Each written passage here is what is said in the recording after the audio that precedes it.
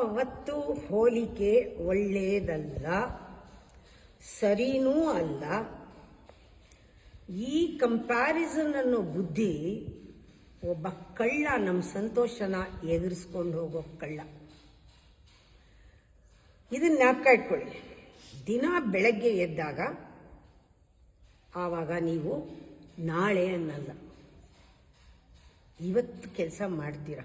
Compare ಮಾಡ್ಕೋಬೇಡಿ, ಬೇರೆಯವ್ರ progress ನೋಡಬೇಡಿ. ನಿಮ್ಮ ಪ್ರೋಗ್ರೆಸ್ಗೆ ನಾಳೆ ಅನ್ನಬೇಡಿ, ಇವತ್ತು ಮಾಡಿ. ಯಾಕೆ ನಾವು ಕಂಪೇರ್ ಮಾಡ್ಕೊಳ್ತೀವಿ?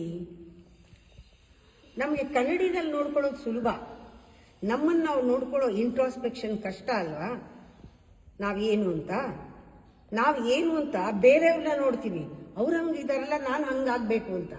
ಆಗಬೇಕಾಗಿಲ್ಲ. ಹಾಗೆ ಲಾಸ್ಟ್ ಜ್ಞಾಪಕ ಇಟ್ಕೊಳ್ಳಿ, ಯಾವತ್ತೂ ಫೀಲ್ ಗುಡ್, ಪಾಸಿಟಿವ್ಲಿ ಮೋಟಿವೇಟ್.